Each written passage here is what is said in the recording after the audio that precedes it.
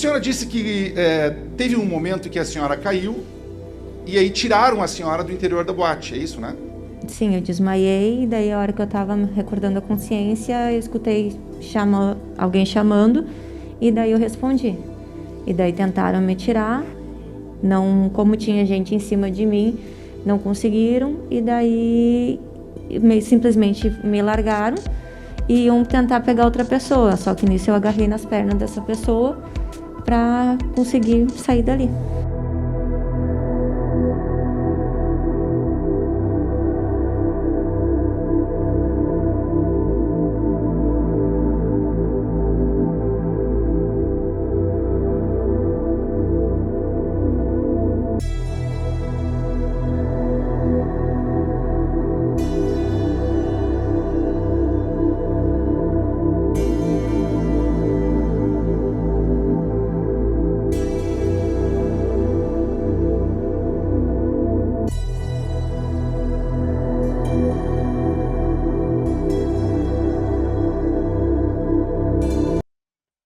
Olá, família Marques. Tudo bem com vocês?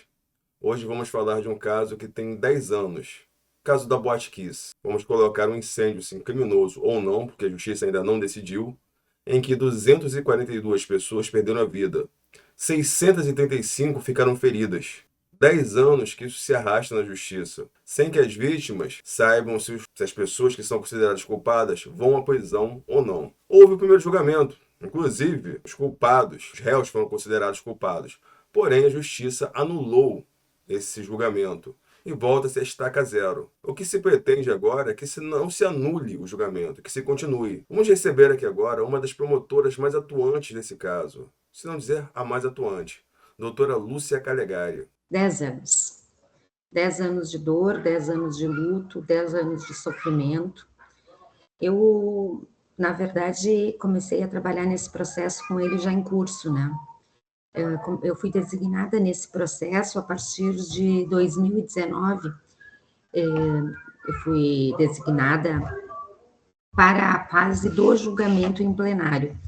E o final, então, de 2019 foi o momento em que eu entrei nesse processo. Até então, o meu conhecimento era o conhecimento de ver reportagens, de ler alguma coisa sobre o assunto, mas não era o conhecimento aprofundado das provas, né? Era o conhecimento daquela dor que a gente acompanha lendo tudo aquilo. Eu sempre digo assim que tem dias que as pessoas não esquecem o que estavam fazendo, né? Se a gente pensa em 11 de setembro, lá das Torres Gêmeas, eu sei exatamente o que eu estava fazendo quando eu soube a notícia, quando eu soube do atentado. Quando eu penso no caso Kiss, 27 de janeiro de 2013, eu sei o que eu estava fazendo nesse dia e como é que eu soube do incêndio e que começaram as mortes e que começaram a ser encontrados as pessoas todas, né, sem vida, o desespero das famílias. E tenho certeza que a maioria das pessoas do Rio Grande do Sul e do Brasil também sabe, porque é um fato que chocou a todos nós. Esse fato aconteceu na cidade de Santa Maria, que fica no coração do estado do Rio Grande do Sul. Se a gente for olhar o mapa do Rio Grande do Sul, Santa Maria praticamente fica no meio do estado. E é uma tragédia sem explicação, em termos de que a gente não consegue dar uma resposta para as famílias até hoje. Eu diria assim, eu assumi para fazer o julgamento dos 4 responsáveis pelo homicídio, fiz esse júri. Para me preparar para esse julgamento foram muitos, mas muitos dias de dedicação que não foi só minha, de todas as pessoas que estavam na minha equipe, da minha família, porque foi assim um trabalho intenso. 10 dias de julgamento.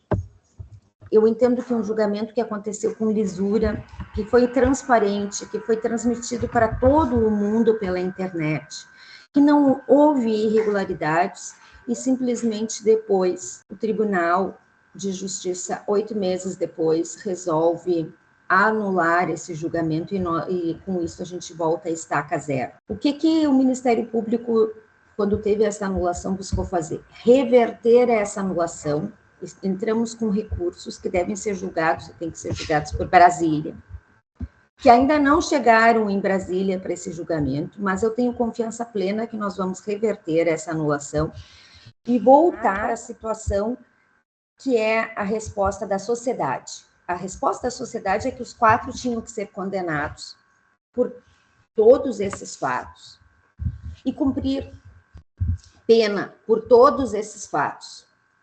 Quando a gente fala em crime intencional contra a vida, a competência para esse julgamento é do povo.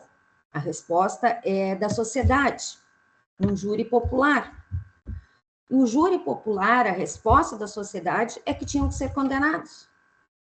O tribunal, não sei se não conformado com essa condenação, não sei se pensando mais nas formas do que no sofrimento e em todo o desgaste, em todo um trabalho, no meu entender, muito bem realizado, resolveu privilegiar a forma, sem pensar no sentimento das pessoas e sem pensar em todo o trabalho desgastante que foi esse julgamento.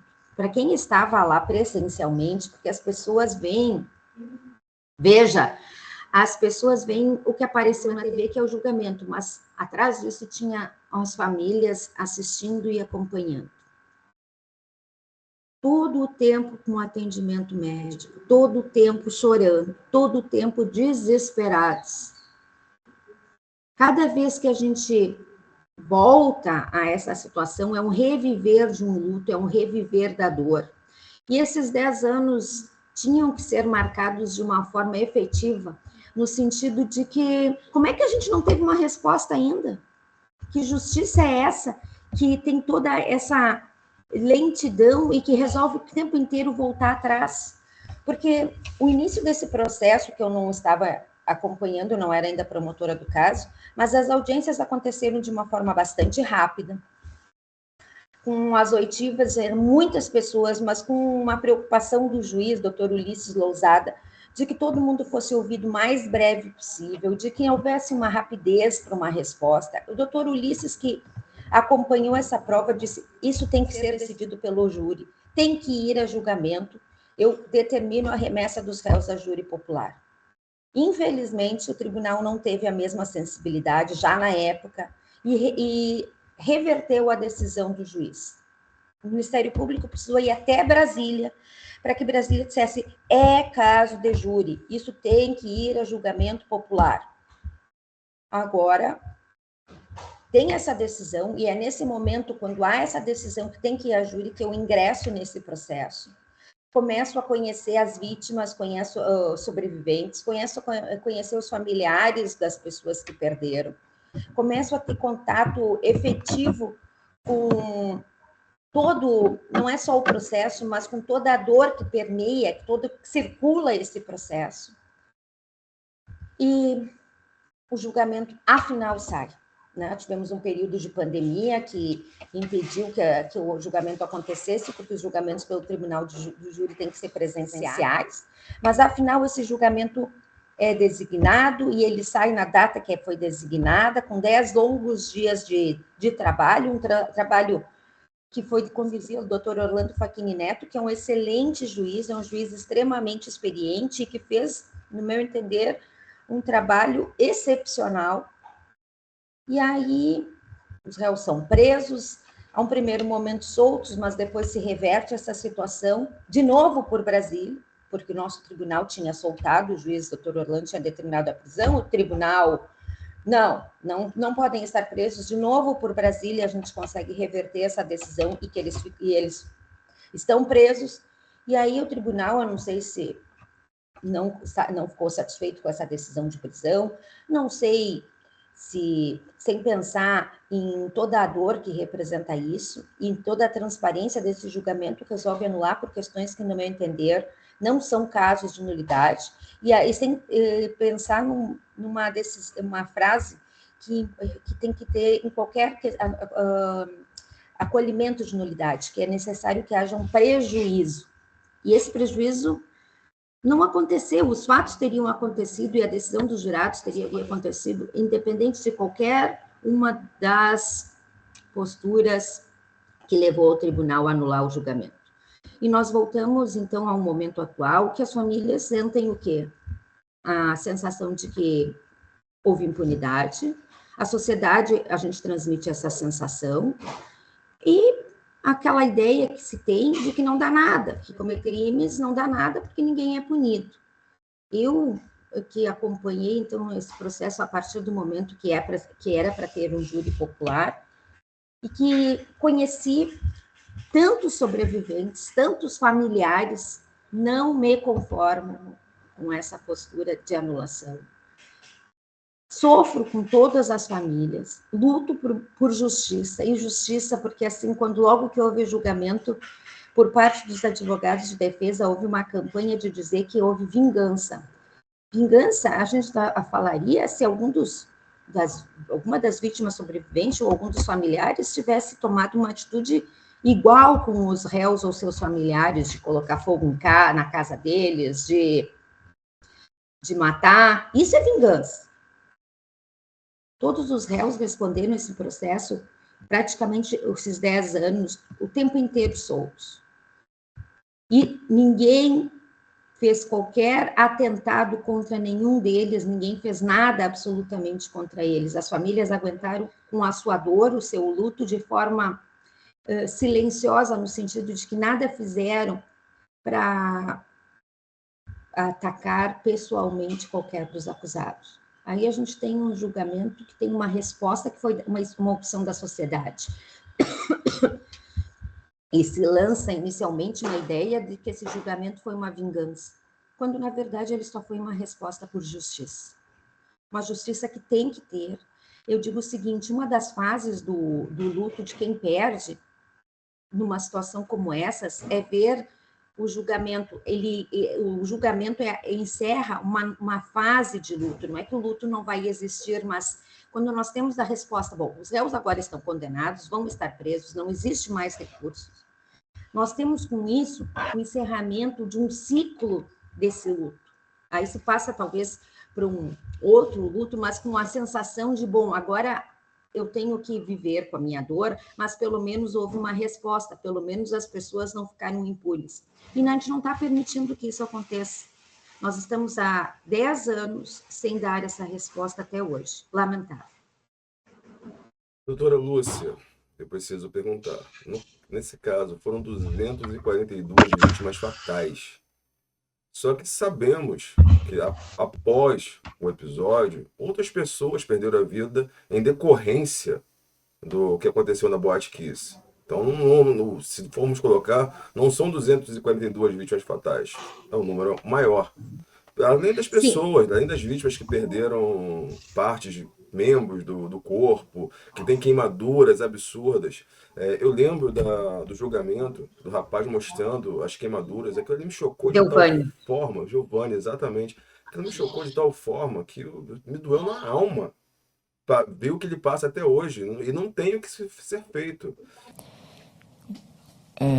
Quando entramos na boate, eu lembro que já estava calor no ambiente de fora, e quando abriram a porta, já veio um bafo quente. Isso lá de dentro. No seu ingresso mesmo? Oi? Isso. Quando abriram a porta pra gente entrar na boate, já veio aquele bafo de dentro. Então, se já estava calor pro lado de fora e estava ainda mais calor pro lado de dentro, é porque realmente estava muito lotada a boate. Quando nós entramos, tinha muita gente que tinha que andar,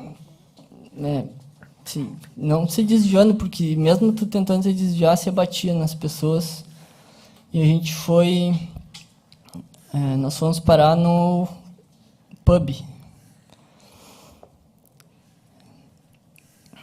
porque não tinha lugar para a gente ficar ali perto. Então a gente foi no canto da parede. E eu lembro que estava tudo, apesar da lotação, mas estava ocorrendo tudo normal. E Eu lembro que eu vi um menino nos fundos, assim, perto da copa, pulando e chamando as pessoas, falando que tinha fogo. Eu não lembro se ele gritou que tinha fogo, eu lembro que ele pulava e chamava, assim. E eu não dei muita bola, assim, porque eu pensei que fosse briga. Aí, nesse momento, o meu irmão, ele estava dando uma volta. Estava dando uma volta na festa, assim. Então, estava dos 7, era eu, o meu irmão Giovanni, o Cássio Biscaíno, o Renan Biscaíno, o Jacó e o Charles, nós 7. E quando esse menino gritou fogo, chamou assim,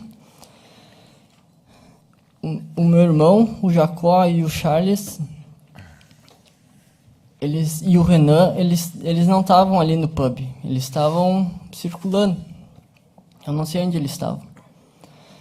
Mas ficou eu, o Cássio e o Henrique. Quando esse menino começou a gritar fogo, chamar,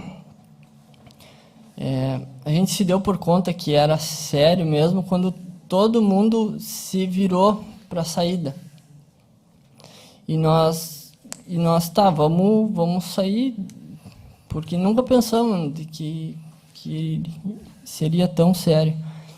A gente se entrelaçou os braços para a gente não se perder e fomos caminhando, muito devagar, porque era muita gente na frente, e a gente foi caminhando.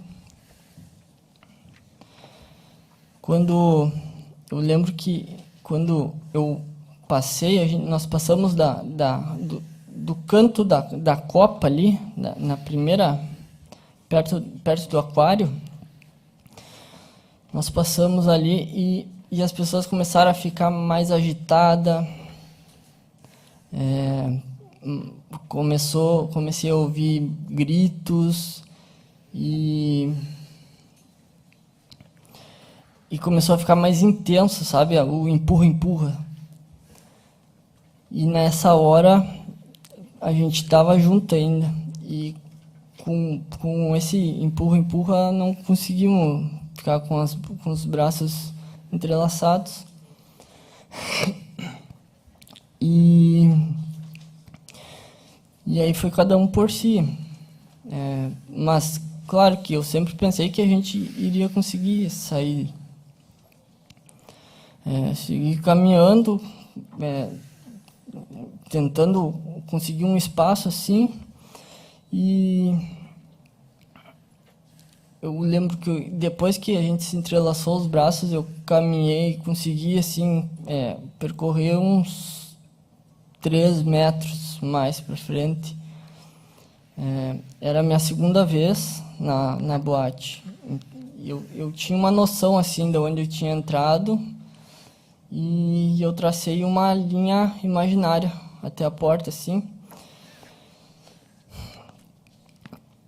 E quando eu percorri mais esses 3 metros, eu não sei, se deu um curto-circuito, eu sei que as luzes se apagaram e eu comecei a enxergar a fumaça, comecei a sentir o odor, assim, da fumaça e muito empurra, sabe? Mas eu sempre pensei que eu ia conseguir sair. Mas quando deu esse curto-circuito, se apagou as luzes, aí a situação ficou incontrolável, sabe? Sem controle.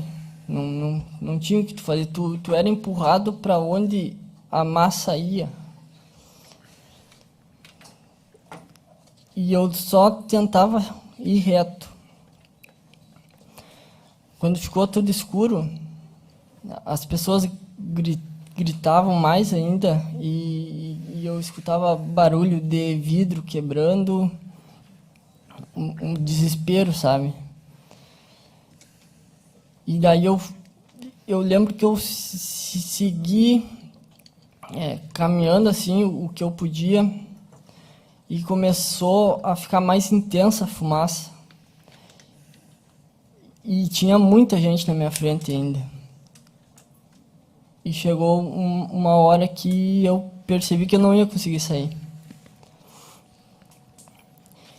Eu comecei a respirar aquela fumaça e eu não sabia se eu me abaixava ou se eu ficava em pé respirando. Se eu me abaixasse, eu ia ser... eu ia cair no chão, eu ia me pisotear. Ou se eu ficasse em pé, eu ia respirar fumaça.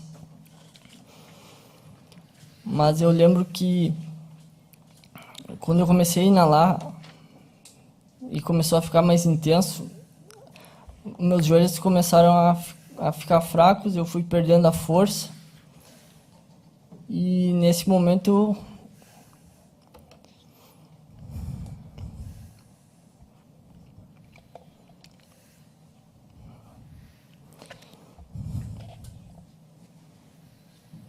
Fica tranquilo.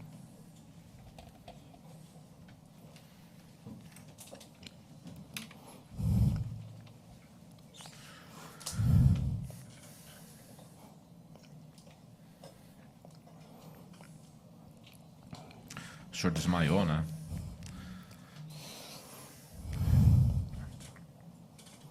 E aí o senhor disse que se acordou quando te jogaram na calçada, olhando para cima, tentou levantar, é isso?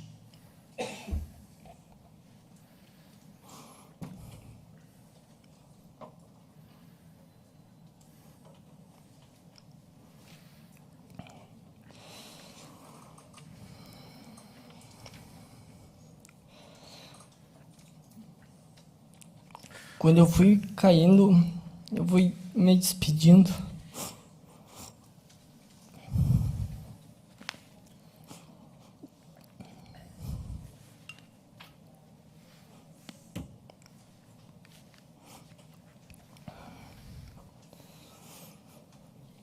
Eu fui me despedindo da minha família, dos meus amigos e pedindo perdão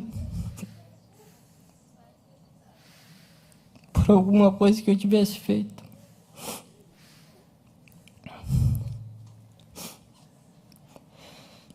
E eu caí no chão.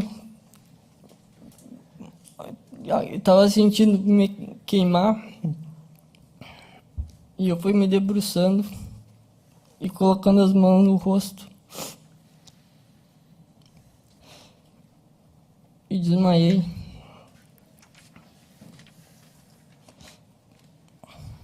Sabe como te levaram para fora? Não tem ideia?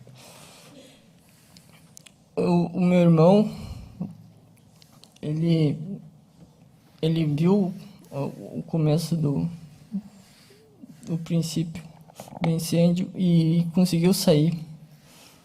E ele começou a entrar e buscar as pessoas, a puxar. Ele me contou que ele tirou a camisa, fez um filtro, atou e ele entrava rastejando por baixo da fumaça e puxava as pessoas. Ele me contou que os homens ele puxava pelo cinto e as meninas ele puxava pelos cabelos. Porque se ele pegasse por um braço, ele tirava a pele das pessoas. Então foi o jeito que ele achou para puxar sem arrancar a pele de ninguém. E eu fui uma das pessoas que ele puxou. Quando eu acordei na calçada, o meu corpo estava em estado de choque. Eu acordei já gritando, urrando de dor, com os braços torcidos. e gritando, socorro, socorro, me ajudem. Olhando para cima, não consegui, só olhando para cima, deitado. E eu lembro que vieram umas pessoas de branco assim, colocaram lanterna no meu olho. E quando eles me levantaram, pegaram assim, quando eles me levantaram, ali eu senti que se eu já estava achando que ia morrer, quando eles me levantaram, a dor que eu senti foi, não tem descrição. Eles me levantaram e foram me arrastando até a ambulância. E eu lembro que cada vez que eu gritava, parecia que enterravam uma faca na minha garganta. Era dor, era uma dor só, não tinha uma dor na queimadura dos braços ou das costas, era um sentimento, uma coisa só. E eu lembro que quando eles me arrastaram até a ambulância, tinha uma menina na maca. Eu lembro que um deles subiu na ambulância, aferiu os batimentos cardíacos da menina e falou: essa aqui não tem mais o que fazer. Tiraram a menina da ambulância, largaram na calçada e me colocaram no lugar dela. Ali eu fui desmaiando, acordava, desmaiava, acordava, até me transportarem para o hospital. E um cara sempre me tentando falar comigo, sabe? Me puxava assim. Daí, nesse transporte, eu desmaiei. Chegou uma hora que eu não acordei mais e acordei no hospital. Quando eu acordei no hospital, eu olhava para um lado, parecia uma cena de guerra. Olhava para um lado, as pessoas gritando, pretas assim, queimadas. Olhava para o outro também, sangue. E eu lá gritando também, pedindo socorro. Gritando, socorro, me ajuda, me ajuda. E eu lembro que veio uma pessoa e me colocou uma máscara de gás e quando eu respirei aquele gás, parece que deu uma refrescada, assim, um alívio, sabe? Amenizou um pouco. E eu lembro que elas começaram a cortar a minha camisa e quando foram puxar do braço, saiu a minha pele junto com a camisa. Porque colou a camisa na pele e ela começou a puxar com uma pinça. Depois que eu vi aquilo, eu desmaiei de novo e daí fiquei em coma.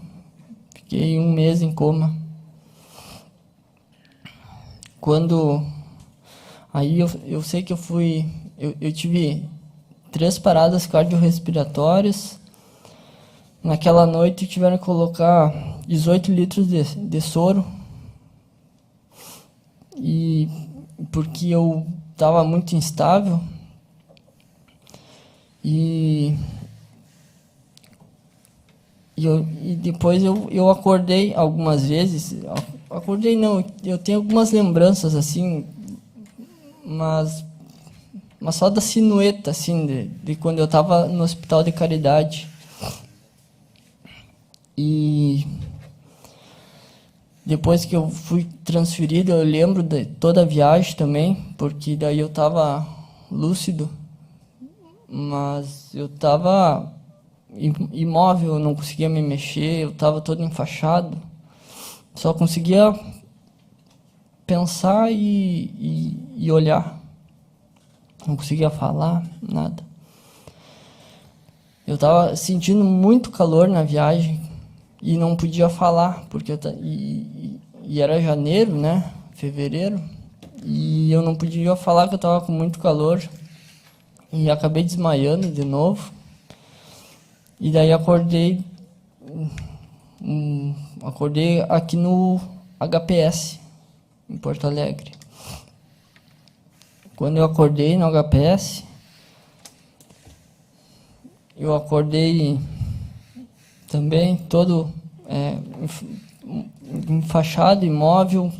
Eu era um prisioneiro do meu corpo. Eu só conseguia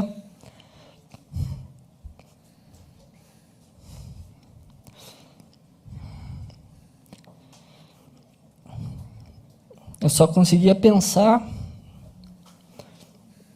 e só tentar entender tudo o que estava acontecendo comigo, o porquê de tanta dor, tanto sofrimento. E cheio de sonda, cheio de aparelho imóvel, só conseguia olhar, não conseguia engolir a saliva, não conseguia nada. E respirando por um buraco na garganta, traqueostomia. E eu estava melhorando, eu estava com um pensamento positivo que eu ia conseguir sair dessa situação. E realmente eu estava melhorando. Até que um dia chegou o meu irmão e me falou assim, que o Henrique e o Cássio, ele me falou, aconteceu um incêndio na boate e o Cássio e o Henrique não sobreviveram. Quando ele me falou isso, eu olhava para ele e a única coisa que se mexia, que acontecia era escorrer as lágrimas assim do meu olho. Eu não podia me expressar, eu não podia falar, não podia fazer nada. E eu queria, naquele momento, explodir, terminar com tudo. Mas nem isso podia. E eu não... Demorou muito tempo para eu conseguir digerir tudo isso. Tanta dor, tanto sofrimento. Mas graças a Deus estou aqui.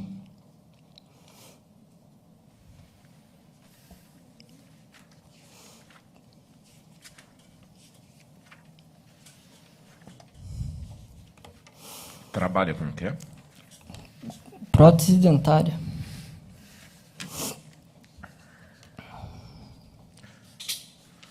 Vamos falar de algumas coisas mais específicas, por favor. A questão das lesões hoje, eu noto nos seus braços as marcas, em outras partes tem também, nas costas. Posso mostrar? Fica por você.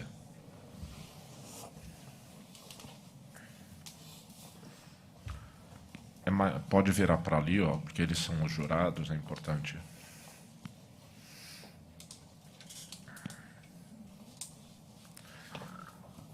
Isso dói ainda? Hoje não dói, mas resseca. A senhora conversou com cada família, com cada história, com cada jovem que estava lá, que tinha um futuro promissor pela frente e que foi interrompido. Dessas conversas, como é que foi o peso emocional para a senhora sobre escutar cada família? Na verdade, tu pensa assim, nesse universo, infelizmente eu não consegui conhecer todas as famílias, tá? Eu conheci parte das famílias, aquelas que eu consegui ter acesso, porque nós temos pessoas até, famílias, tem famílias até de fora do Brasil que tinha filho na boate. E tinham pessoas de vários estados, não era só do Rio Grande do Sul, então, assim, eu não consegui falar com todas as famílias, mas falei com muitas, né? Aquele menino, por exemplo, que tu estava citando, o depoimento, o Delvani, ele tem um relato que em vários momentos ele silencia e não consegue seguir, porque ele mareja os olhos de lágrima, que mostra uma dor, que mostra assim uma realidade do que aconteceu, que todos nós choramos. Todo mundo que tem um pouco de sensibilidade e de empatia chorou com o Delvani nesse país e no mundo. Mas assim, eu conversei com muitos pais de sobreviventes. Ontem à noite eu estava ainda no meu WhatsApp conversando com uma mãe, durante a tarde outra, porque eles estão revivendo muito isso com esses 10 anos, e claro, a gente está falando de um momento que esses 10 anos foram marcados por o lançamento de uma minissérie na Netflix e de um documentário na Globoplay. Então, não foram só os 10 anos, são um momento que, publicamente, todo mundo está vendo um pouco do que aconteceu naquela boate. E uma das mães me disse assim, dor eu sinto quando eu quebro um dedo, quando eu caio, quando eu estou com dor de cabeça. Ela disse, o que eu sinto não é dor, ela me disse ontem isso, é um desespero que não se aplaca dentro de mim. A minha filha saiu para se divertir e foi encontrada no chão sujo de uma boate.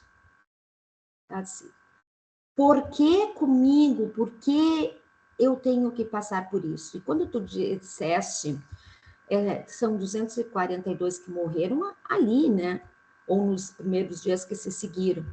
Mas as mortes não pararam por ali. Uma das vítimas sobreviventes que iria prestar depoimento no julgamento em plenário, por exemplo, morreu em decorrência de problemas de pulmão.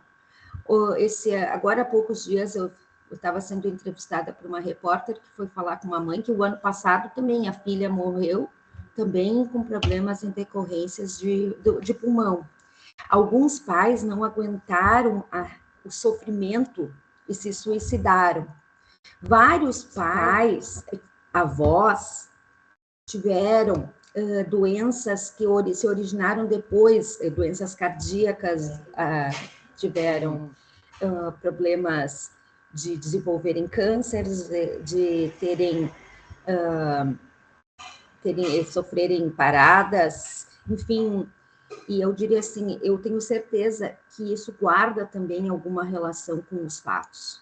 Não, os suicídios, com certeza, porque tem famílias que perderam todos os filhos, famílias que perderam os 2 filhos, por exemplo, eram 2, perderam os 2.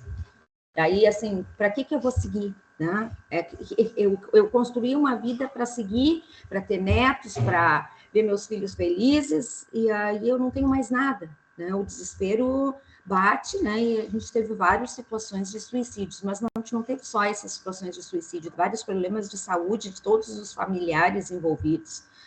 E eu, que conheci vários desses familiares, tenho acompanhado um pouco agora dessa caminhada deles e desse sofrimento. E assim, veja, vários dos sobreviventes até hoje têm acompanhamento pulmonar, tem até hoje marcas e sequelas, né, alguns de queimadura.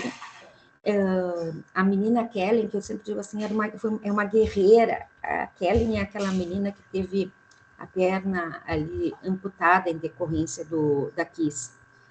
Ela tem transmitido assim uma lição também de força, sabe? De que a gente não pode deixar as coisas acontecerem sem lutar. E esses pais, então, se parte deles não conseguiu ir adiante nessa luta porque tiveram uma depressão profunda que levou a doenças, a suicídio e tudo mais, mas nós temos vários pais e sobreviventes que, ao contrário, dessa dor e desse sofrimento, fizeram uma luta por justiça, uma luta para que não haja esquecimento, uma luta para que as coisas não se repitam. Porque, para mim, que estou aqui nessas alturas há 2 anos, desde 2019, então 3 anos e pouco nesse processo, o mais importante é uma luta para que jamais a gente tenha fatos como esse acontecendo novamente. Eu tenho dito isso assim de uma forma muito repetida, nós não temos como apagar o passado. A gente tem que aprender com os erros do passado. A gente tem que aprender com o que está errado para que as coisas não aconteçam de novo. Então, esses pais que perderam, eles querem, sim, justiça para os responsáveis, mas querem também transmitir, que eu acho que é a principal questão que eles buscam, uma mensagem de que outros pais jamais passem por isso. Que os erros nos ensinem a não errar de novo. Que nos ensinem a corrigir para que situações de superlotação em boate, de colocação de espuma inadequada, de não cuidar as saídas, de não ter chuveiros para ligar em caso de fogo do teto, aqueles sprinklers, enfim, que isso jamais volte a acontecer. E eu digo o seguinte, essa luta deles também é minha. Doutora Lúcia, foram, como a senhora disse ali, mais de 200 pessoas que perderam a vida. Eu, sinceramente, não sou advogado, então vou perguntar à senhora. Se eu saio na rua e retiro a vida de uma pessoa, eu respondo por um crime. Se eu saio na rua e retiro a vida de 2 pessoas, eu respondo por 2 crimes. Eu vou ter a pena somada. No caso da Boate Kiss, foram 242 vítimas fatais. Sinceramente, eu não consigo entender por que os responsáveis respondem daquela forma e a pena vai ser de 30 anos se foram 240, mais de 240 pessoas que perderam a vida, além dos ferimentos, além das pessoas feridas. Não teria que ser uma pena para cada pessoa que perdeu a vida? Ou por que ou é levado em consideração o acontecimento em si? Na verdade, assim, foram penas de 19 a de 2 anos aplicadas, né? Quando houve o resultado do júri. Foi considerado a ação, que a ação foi única de fogo, entendeu? É tipo assim, se eu atirar numa pessoa, eu atiro numa pessoa, eu atiro em outra, eu vou atirando em outras, são várias ações que aconteceram, aí são conceitos jurídicos, entendeu? Ali o fogo foi único e atingiu muitas pessoas, entendeu? Por isso que, em consequência desse fogo, na verdade, a maioria nem morreu queimada, a maioria das pessoas morreu por asfixia do gás tóxico que havia na espuma, né? Que era uma espuma inadequada, comprada porque era barata, e não a adequada, que era anti-chamas. E foi colocada e colada com cascola, sem qualquer acompanhamento de engenheiro, sem qualquer indicação técnica, simplesmente se resolveu comprar e colocar e ponto. Mas então, o fogo foi único, por isso que a pena não é somando cada homicídio, entendeu? É difícil explicar juridicamente isso, né, para os leigos. Exatamente. Eu tento transmitir assim transmitir assim um conceito jurídico, né, que é difícil para as pessoas que não estudam, né, compreender, mas é pelas ações. Por exemplo, eu sair e eu atiro numa pessoa, eu pego essa mesma arma, eu atiro em outra pessoa, são várias ações, entendeu? Ali o fogo é uma única ação que atinge várias. Consegui me fazer talvez entender, não sei. Conseguiu, com certeza, entendi. A ação vitimou. Uma ação. Uma única ação vitimou tantas pessoas. Se fossem determinadas ações, responderiam por determinados crimes. 2 ações, 2 crimes. 3 ações, 3 crimes. Exatamente. Entendi muito bem. Doutora Lúcia, a senhora acabou de citar a moça que perdeu a perna, a Ellen. A Kellen. Kellen, E ela se tornou um exemplo nessa luta por justiça no caso da Boate Kiss.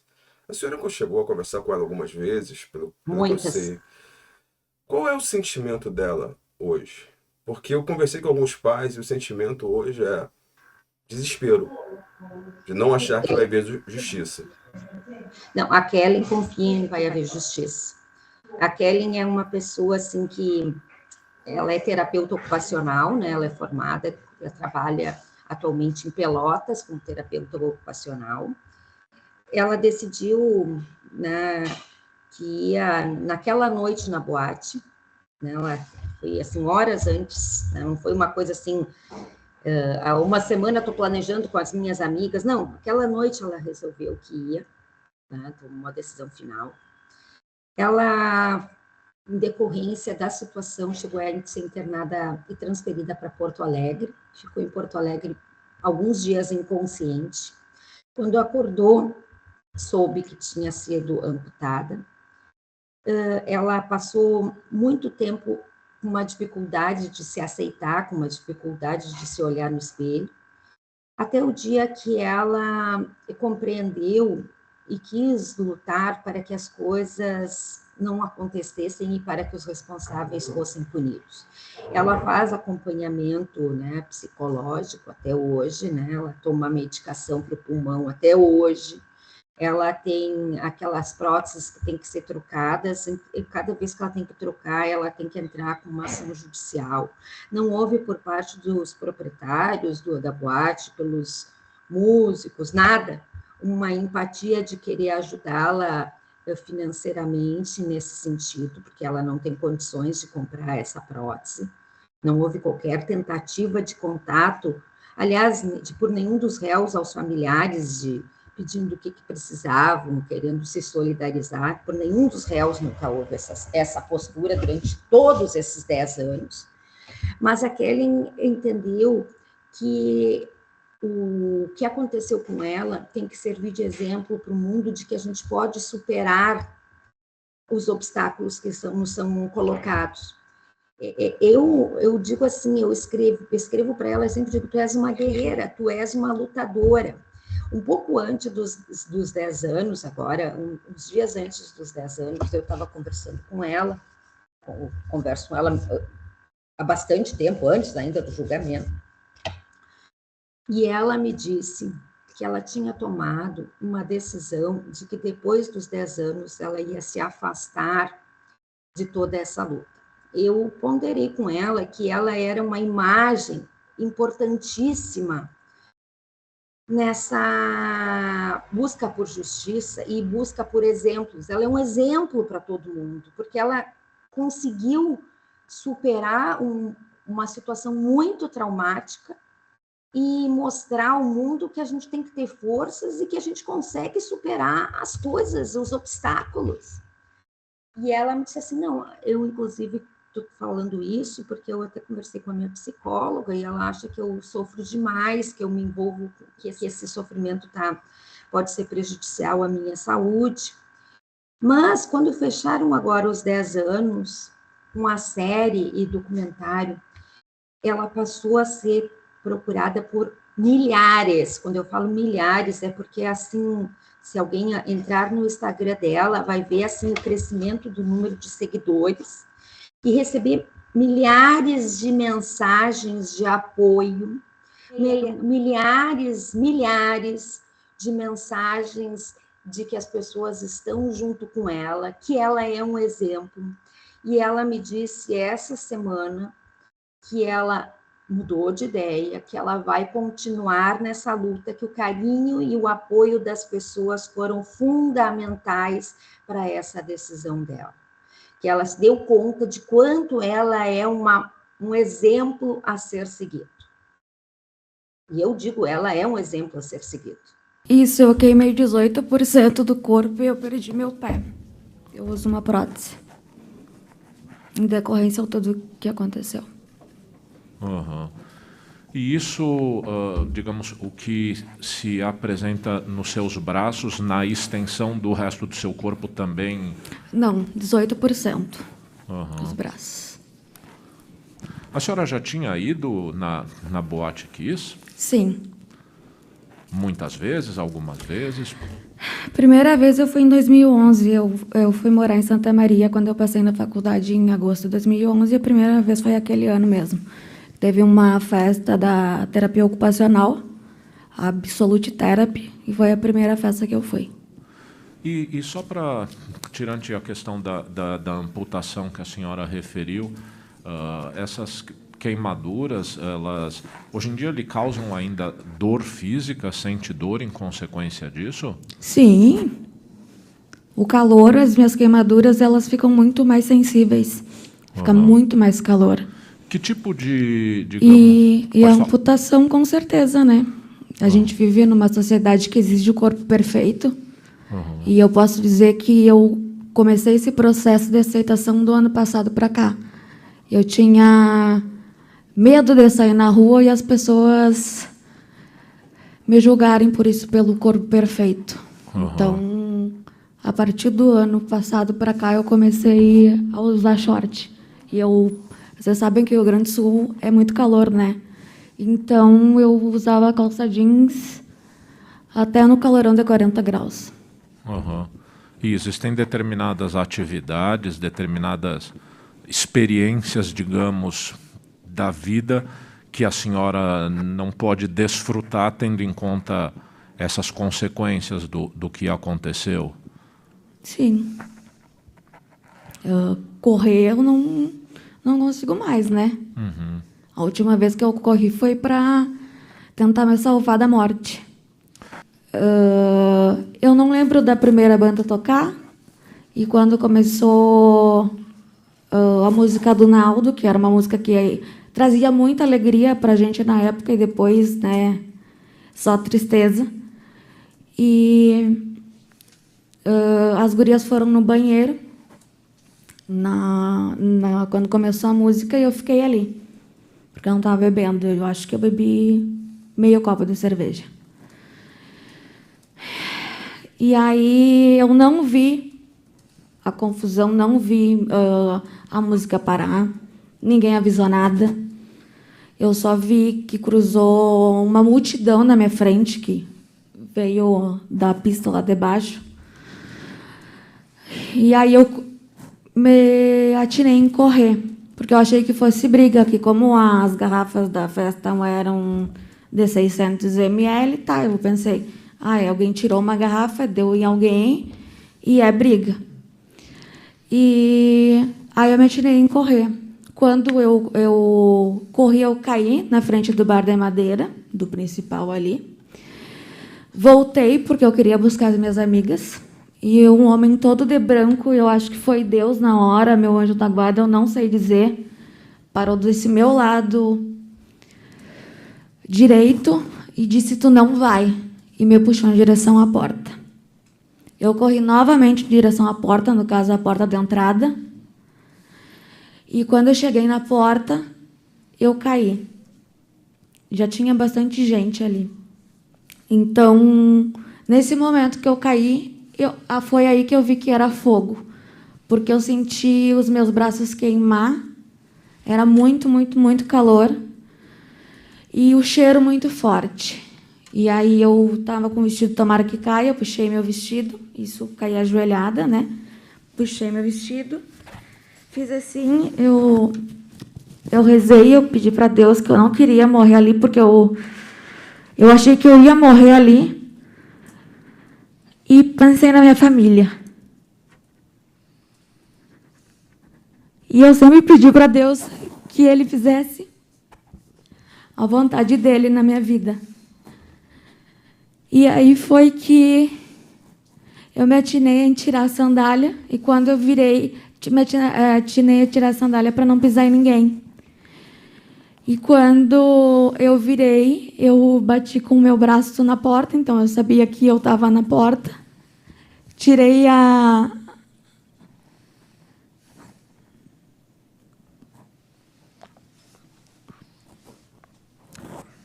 Fica bem tranquila, Kellen. Não tem problema.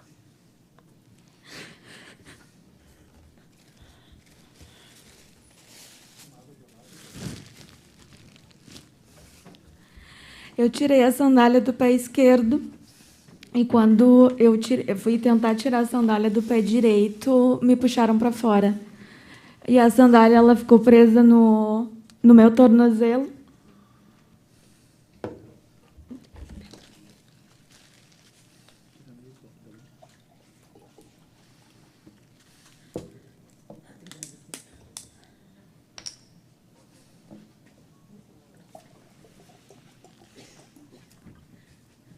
E a sandália, ela ficou presa no meu tornozelo e me tiraram para fora. Quando me tiraram para fora, me colocaram na parte de baixo ali. E eu não enxergava muita coisa porque os meus olhos estavam embaçados por causa a visão embaçada por causa da toxicidade da fumaça. Então, um dos guris que tinha ido junto conosco, quando deu a confusão, ele já tinha saído. E quando me viu, me pegou no colo. Outro amigo dele estava cruzando na rua e me levaram para o hospital. E aí eu pedi para ele, consciente e tudo, ele gritava bastante para mim não desmaiar, não dormir. Ele me batia no rosto também para não desmaiar. E aí eu falei para ele, tu liga lá para casa, diz que pegou fogo na boate e que tu tá me levando para o hospital. E graças a Deus, aquele dia, eu dei o número da casa dos meus tios, que eu morava em Santa Maria, não dos meus pais, em Alegrete. E eu lembro que ele gritava muito no telefone de desespero quando falou com os meus tios. Eu fui a primeira a chegar no Hospital de Caridade. Ninguém sabia o que tinha acontecido. Primeira entre todos? Todos. Ok. Isso. Ninguém sabia o que tinha acontecido. Ele entrou para dizer o que tinha acontecido e o outro amigo dele me levou lá para dentro. E aí, nisso, ele avisou meus tios. Meus tios moravam em Camobi, foram até o hospital. E ficaram comigo lá, no hospital. E quando eles chegaram, eu acho que o meu estado era tão horrível, porque minha tia chorava muito. E só pedia para eu falar com ela, para eu não desmaiar. Então, 4h30 da manhã eu fui entubada. Foi uma das primeiros 4 a ir para Porto Alegre, fui de avião, então meu caso era muito crítico. Nessa viagem, no avião acabou o meu oxigênio, eles tiveram que revezar entre um e outro. Eu já poderia ter morrido ali, né? A minha segunda vez de ter morrido poderia ter sido ali. Eu fui direto para o Hospital de Clínicas, fiquei 78 dias internada. Cirurgias? Várias. Inúmeras. Mais de 5, 7? Mais, porque eu fiz enxerto de pele, eu tirei pele das minhas próprias pernas, né, autoenxerto. O incêndio foi dia 27, né? Na quinta-feira, eles passavam os boletins para o meu pai e para minha irmã, que iam na CTI, receber os boletins. E, naquele dia, a equipe médica chegou e perguntou para o meu pai se nós tínhamos alguma religião. Meu pai falou que nós éramos católicos. E ele falou, então, só Deus agora, porque a medicina já fez de tudo. Então, na quinta-feira, eu poderia ir a óbito a qualquer momento. A amputação se deu em qual momento desse período, Kellen, por gentileza? A amputação? É. Depois que o meu quadro estabilizou, né, melhorou a parte pulmonar, foi, se eu não me engano, dia 5 de fevereiro. E isso foi em consequência de queimaduras? Não, a sandália acabou ficando no meu pé e acabou faltando a circulação, né? Ficou no tornozelo.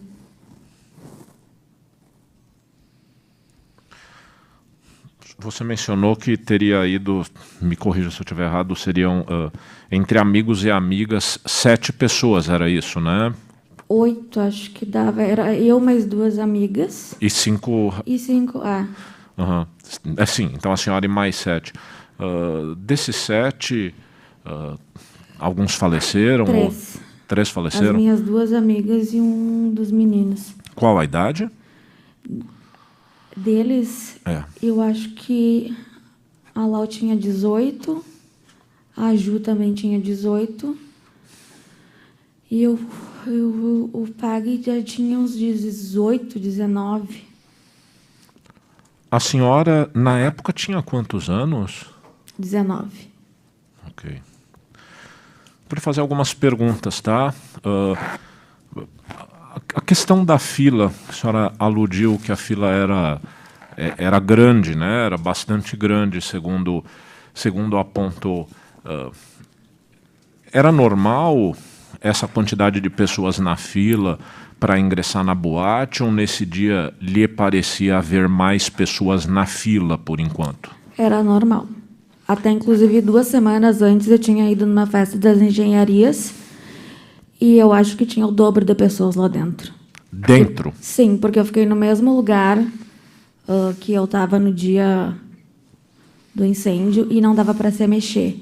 Uma das gurias passou mal e até a gente conseguir levar ela no banheiro para lavar o rosto demorou entre 10 minutos. E havia algum tipo de controle sobre isso? Alguma indicação do número limite de pessoas? Não.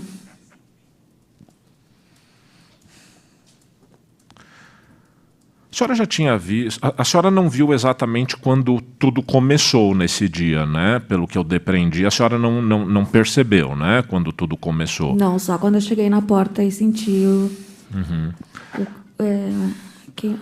o calor queimar, a espuma, enfim. Mas noutras vezes que tenha ido lá, chegou a ver a utilização de algum artefato pirotécnico por alguma banda, por algum integrante de banda, por alguma pessoa que, enfim, estivesse se apresentando na boate? Não, essa foi a primeira vez que eu fui com essa banda tocando. Mas outras bandas a senhora não viu usarem?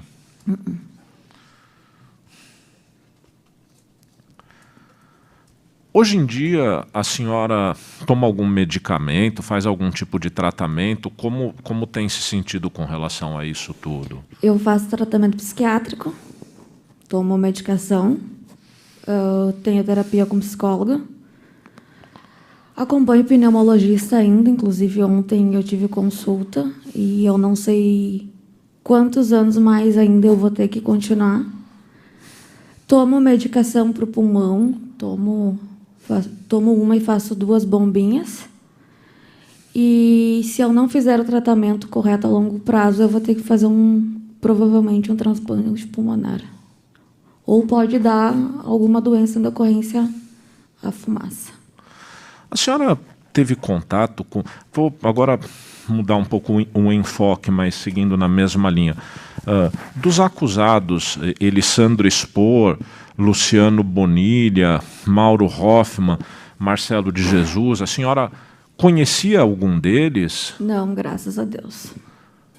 E depois disso tudo, de quando saiu do hospital, ou mesmo no período que estava no hospital, a senhora ou algum familiar seu foi procurada? Nunca, tanto é que as minhas próteses, a primeira... Eu tinha desejo muito de andar de salto, né? E eu gostava muito de dançar. E quando me contaram da amputação, que foi logo que eu acordei, dos 15 dias em coma que eu fiquei, eles reuniram uma equipe enorme, né? Para me contar. E foi um processo, na época, eu acho que do Clínicas, alguma coisa, por ter sido o incêndio, né? Na Boate Kiss. E essas próteses, essa que eu tenho agora e outra para fazer atividade física, no caso caminhada, eu tive que entrar na justiça em 2016. Fiquei 3 anos esperando, porque o processo eu ganhei em 2019. E toda vez que eu precisar de uma prótese, eu vou ter que entrar na justiça. E quando eu preciso de algum componente, eu tenho que é mais barato... Porque esse liner que eu uso aqui, ó, só isso aqui é R$3.000. Esse encaixe aqui, ó, é R$5.000. Então, quando o componente é mais, tipo o liner que eu precisei comprar, eu comprei, né? E essa prótese que eu uso aqui, ela é R$75.000. Como que eu vou... Da onde que eu vou ter dinheiro para comprar uma prótese de R$75.000? Eu saí para me divertir aquele dia. E não para acontecer tudo isso. E a senhora mantém contato ainda com outras pessoas que estavam lá na boate? Sim, porque a gente compartilha da mesma dor. Eu ia lhe perguntar isso. Como estão essas pessoas do ponto de vista das consequências do que aconteceu ali? Qual é a sua percepção sobre isso? Eu acho que a dor para todos sobreviventes é a mesma. Nós compartilhamos junto com as famílias também, que a gente tem um apoio muito grande. E dor é isso, dor não é fazer um vídeo e chorar.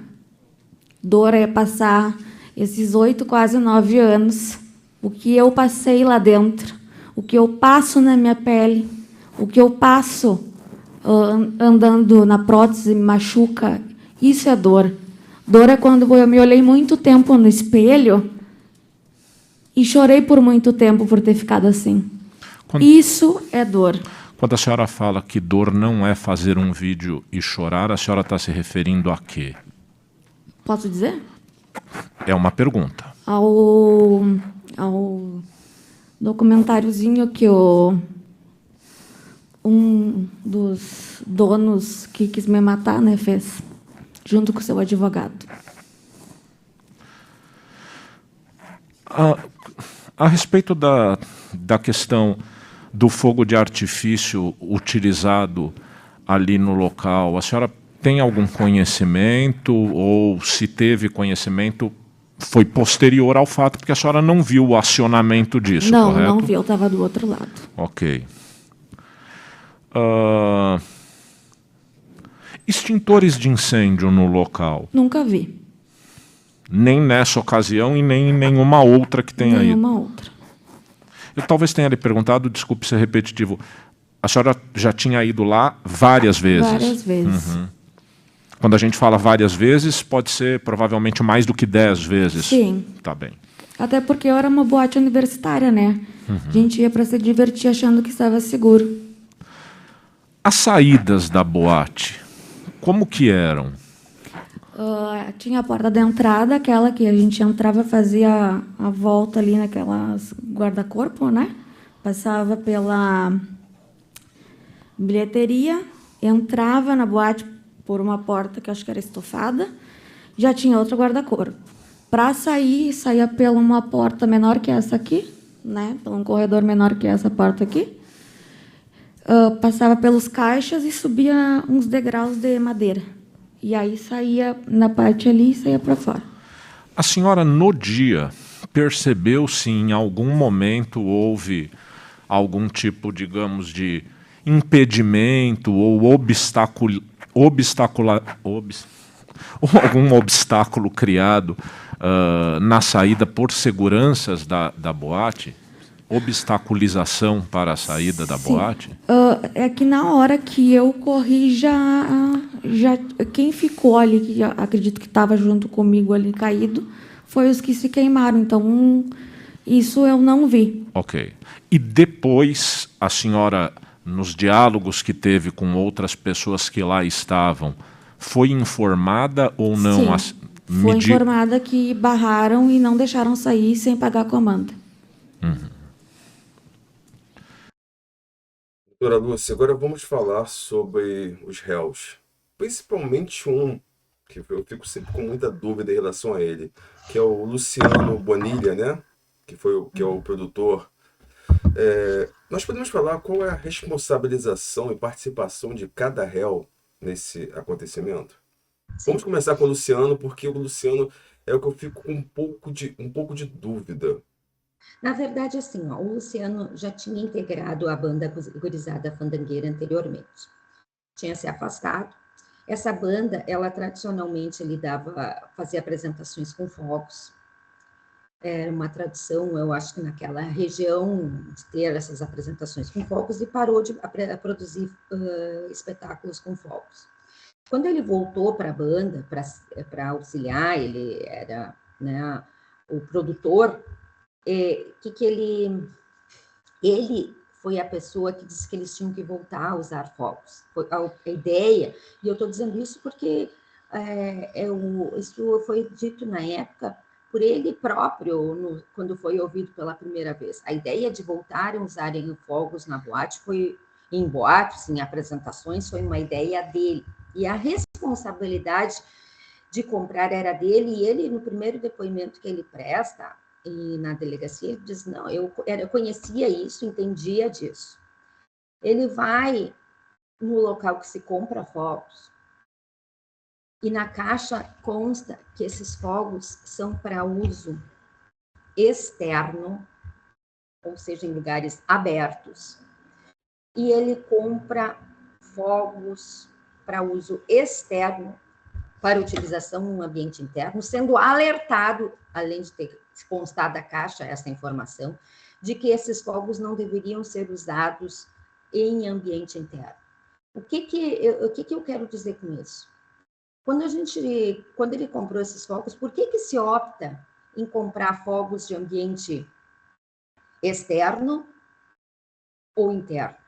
A diferença de valor é astronômica, tu parte de R$ 2,50 para cada fogo ali de utilização em ambiente externo, para R$ 50, na verdade era 75, mas eles estavam dando um desconto se fosse utilizado o fogo de ambiente interno. Então, assim, a partir do instante que tu conhece a área, a ideia de voltar a colocar fogos foi uma ideia dele. E ele vai lá e compra, porque era ele que era o responsável por isso, e ele admite na primeira vez que foi ouvido, porque agora, é claro, ele não quer mais dizer isso, mas a primeira vez que ele foi ouvido na delegacia, ele diz isso. Eu que conhecia isso. E aí ele vai lá e compra, sabendo que estava comprando os fogos para um ambiente externo, para ser usado dentro de uma boate, e ele que foi o responsável, né, por ligar esses fogos, olha, eu não tenho dúvidas nenhuma da responsabilidade dele. E várias pessoas me questionaram isso, inclusive em mensagens em redes sociais, e porque ficaram com pena dele, porque ele chora, ele tem, não. Agora, assim, ele sabia o que estava fazendo. Então, a partir desse instante, ele assume o risco, ele tem domínio do fato e sabe o que está acontecendo. Quanto ao Marcelo, que é o vocalista da banda, eles, assim, a gente tem uma questão que a gente sempre tem que pensar. Essas bandas, quando se apresentavam na boate, elas faziam passagem de som. Essa passagem de som, ela é feita à tarde. Nessa tarde, os proprietários da boate estavam lá. Os proprietários da boate já sabiam e já viram, porque os fogos foram deixados já à tarde no estabelecimento. O Marcelo viu exatamente onde que ele ia tocar, sabia o tamanho dele, porque algumas pessoas podem dizer, mas de noite, como é que ele ia ver que tinha espuma no teto? Não, mas de tarde não, ele estava com tudo ligado, as luzes. Ele sabia exatamente, porque ele fez passagem de som, e aí ele pula, sabendo que ele tem uma altura que pulando com aquele fogo vai atingir o teto. E para mim, assim, ele tem uma atitude que eu não me conformo, porque ele estava com o microfone, e esse microfone ainda estava ligado, porque nós temos microfonia, e microfonia só vai acontecer com o microfone ligado, e ele vê que tem o fogo e não diz no microfone isso, larga e vai embora. Ele tem, assim, um domínio da situação, um conhecimento do que está acontecendo. Podia ter evitado várias mortes que ocorreram, porque várias pessoas nem souberam que estava pegando fogo, porque tinha o palco, tem um palco, tem outro palco, então as pessoas que estavam no outro palco não viram que estava pegando fogo, e ele nada avisou. Os proprietários, né, como eu disse, primeiro, acompanharam a passagem de som, segundo, incentivavam que houvesse fogos na boate, porque entendiam que com isso haveria maior público, entendiam que isso chamava as pessoas. Inclusive, o Kiko tem uma das pessoas integrantes da banda, diz que ele pediu para que houvesse assim, mais fogos, para chamar mais a atenção ainda. E eles tiravam os extintores de incêndio das paredes para não atrapalhar as fotos, porque não ficavam bonitas. Não buscavam recarregar esses extintores, não avisavam, porque quando a gente vai ter fogos, a gente precisa ter a equipe de bombeiros, a gente tem que ter informar as autoridades para que tenham um acompanhamento. Não avisava. mantinha a boate super lotada, porque o objetivo era quanto mais gente, melhor, porque mais se ganha. Desligava, inclusive, até o sistema de ventilação para que as pessoas tivessem sede e bebessem mais. Lacrou as janelas, lacrou, colocou guarda-corpos ali que atrapalharam a saída e, principalmente, quando aconteceu o fato, fechou as portas e fechou junto, porque o segurança diz isso, um segurança que faleceu de Covid, fechou junto com ele, porque as pessoas tinham que pagar. Então, assim, para mim, até em relação ao Kiko, eu entendo que o dolo é direto, ele não só assumiu o risco, ele quis que as coisas acontecessem como aconteceram. Mas, assim, todos eles tinham, de alguma forma, domínio dos fatos. Eu digo assim, com tranquilidade, que essa condenação e essa escolha da sociedade, que eles fossem condenados, que foi uma escolha tranquila da sociedade, dos jurados que votaram, era o que a prova do processo e o que as circunstâncias dos fatos nos mostraram.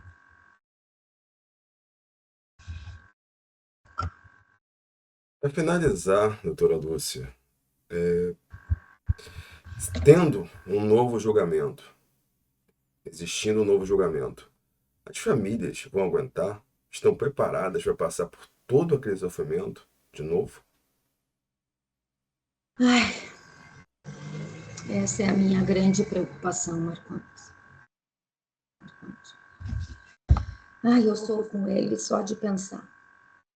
Eu sei, assim, que quando agora fechou esses 10 anos, vários familiares passaram mal, tiveram que ter atendimentos. Eu tive contato com alguns que, inclusive, me mandaram mensagem me narrando isso. Narrando deles e de outros. Eu estou, assim, extremamente preocupada com isso. Extremamente mesmo. Eles, agora, esses 10 anos, foram um reviver desse luto, assim como quando estávamos próximos aos 9 anos, o julgamento foi um reviver de toda essa dor. E eles ficam numa angústia eterna se nós vamos ter novo júri ou não. Uma preocupação de quem que vai ser, se eu vou estar lá ou não vou estar. E eu vou estar. Eu sempre digo a eles, por favor, se tranquilizem, eu vou estar lá. E olha, esse processo já me trouxe muita dor e sofrimento, certamente abreviou alguns anos da minha vida, porque eu sofro com todos eles. Mas eu realmente tenho uma preocupação muito grande, porque eu vi o que foi a dor no julgamento anterior, e eu tenho certeza que não vai ser diferente nesse. Muito triste. É uma dor para essas pessoas que estão lá que não tem tamanho, é uma dor. É uma dor horrível. É reviver aquele sentimento, aquela falta de ar, o local fechado, não poder sair, as pessoas sendo Tudo isso. carregadas. Me corrija se eu estiver errado, só para até finalizar. Teve um jovem que, ao ver o acontecimento, ele salvou algumas pessoas, só que quando ele foi salvar a última, ele não aguentou e perdeu a vida dentro da boate. A senhora lembra o nome dele? Eu estou querendo lembrar o nome dele. Na verdade, assim, tiveram vários, mas eu acho que tu está se referindo ao Vinícius. Isso, exatamente, é o Vinícius. E eu, assim, quando eu olho o Vinícius, né, as fotos dele, eu tenho um filho que tem 17 anos, né, e meu filho é mais ou menos da complexão física do Vinícius.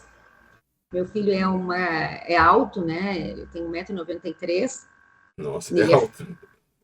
Ele é muito forte, né, e eu sempre penso, assim, que ele seria um Vinícius da vida, porque como ele é muito forte, e ele é muito solidário, ele é uma pessoa muito solidária com o outro.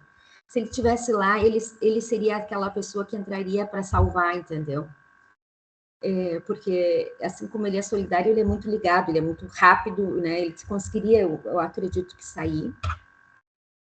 Mas ele entraria de volta, sabe? Então, o Vinícius, eu tenho, assim, uma empatia com ele, assim, muito forte, mas ele não foi o único. Eu sei pelo menos de mais 4 que entraram e faleceram que estão assim nominados nas investigações, e tiveram outros muitos que entraram e sobreviveram, mas ficaram com sequelas, e até hoje tem sequelas pulmonares, e que depois tiveram que ser hospitalizados, mas esses 5 morreram lá dentro, entendeu?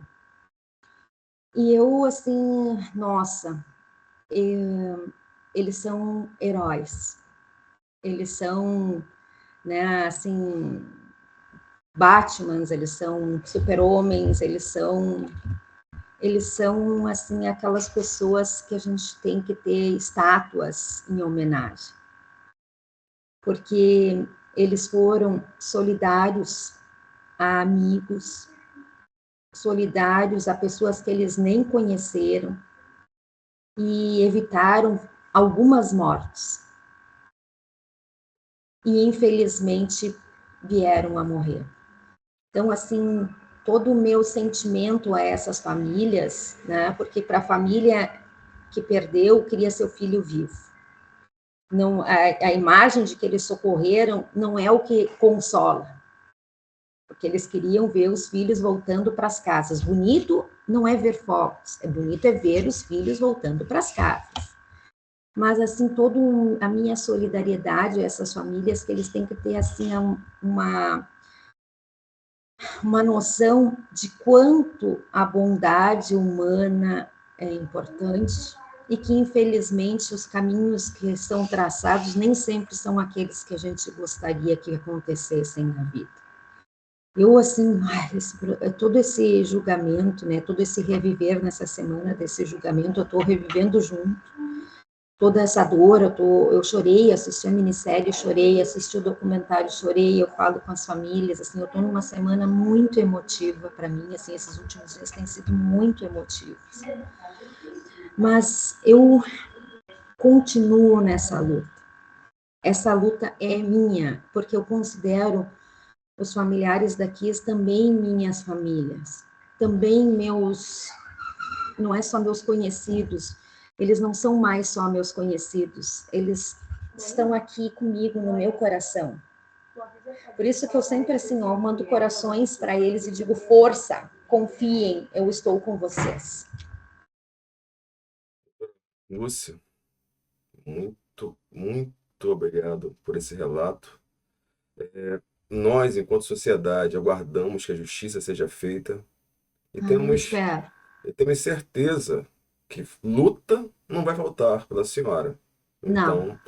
mas sabemos que existe uma justiça que muitas vezes é injusta, principalmente com relação à vítima. Porque foi o que nós dissemos na última entrevista, a justiça é muito boa para o réu, para a vítima. Muito. Mas para as vítimas, eu digo, elas são esquecidas, as vítimas e testemunhas são esquecidas. E eu tenho dito isso sempre. Enquanto a gente privilegiar o réu sem privilegiar as vítimas e testemunhas, nós estamos no caminho errado. A justiça tem que privilegiar quem sofre. E quem sofre é quem perde. Então, eu continuo do lado das vítimas, eu continuo do lado das pessoas que, mesmo atemorizadas, vão lá e prestam seus depoimentos, eu continuo do lado daqueles que querem justiça. Eu escolhi ser promotora de justiça quando eu ainda estava na faculdade. Eu sou o que eu queria ser. Né? Eu não sou obrigada a pedir a condenação de ninguém. Agora, dos responsáveis, jamais contem com o meu pedido de absolvição. Eu vou lutar com todas as minhas forças para que sejam condenados e para que as vítimas e testemunhas sejam respeitadas. A dor das vítimas é minha dor. O luto das vítimas é meu luto. E é isso que me continua fazendo continuar a trabalhar, levantar e buscar justiça. Para Elisandro, 22 anos e 6 meses de reclusão. Para Mauro, 19 anos e 6 meses de reclusão. Marcelo e Luciano, 18 anos de reclusão. Notem que, num sistema de execução das penas como o brasileiro, não se está a estabelecer nenhuma demasia, sendo a condenação por crimes que não ostentam a designação de qualificados, com 16 ou 25% das penas, consoante o entendimento a ser adotado nos juízes de execuções, tendo em conta a questão do elemento violência, haverá a possibilidade de progressão de regime. O regime inicial aqui é o regime fechado. Já está circulando? Oi? Não, sim, claro. Bom, eu recebo agora a comunicação que o Tribunal de Justiça concedeu um habeas corpus preventivo. Eu mantenho inteiramente a minha decisão. Entretanto, acrescenta ao final, tendo em vista a comunicação de concessão de habeas corpus preventivo em favor dos réus, suspendo a execução da decisão que proferi e, não obstante o habeas corpus aluda a apenas um dos acusados, parece intuitiva a necessidade de estender-se a todos. Eu agradeço e é isso. Boa tarde a todos. Muito bem, André, está chegando bem esse É um agradecimento a cada mãe, cada pai. André? Eu sei que durante esses 19 anos nós passamos por momentos muito difíceis, enfrentando recursos, decisões e chegamos na reta final, conseguimos, junto com o Ministério Público, assistência de acusação, trazer de volta esses réus para que eles respondessem ao júri popular. Nós não temos aqui hoje momento nenhum para comemorar, a não ser o momento da comemoração da conquista da justiça, para mostrar para aquelas pessoas que nos taxavam como pessoas vingativas e rancorosas, isso nunca foi verdade.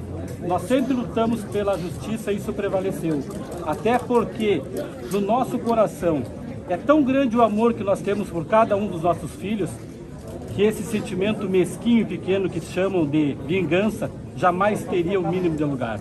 Então, essa vitória hoje, essa vitória não é nossa, essa vitória é da população, para que isso sirva de lição para alguns empresários, que tomem tempo e sabem que agora em diante eles têm possibilidades, aqueles que falharem, de serem punidos. Que sirva de exemplo para que tragédia como essa daqui nunca mais se repita. É isso aí. Vamos descer?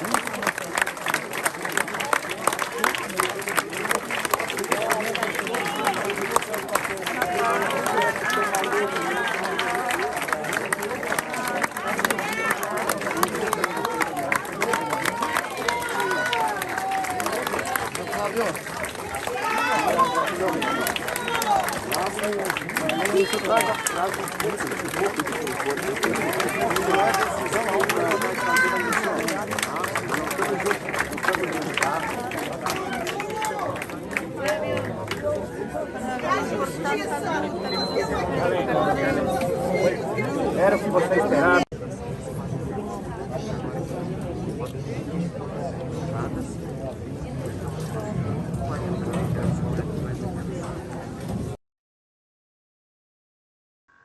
Doutora Lúcia, muito obrigado.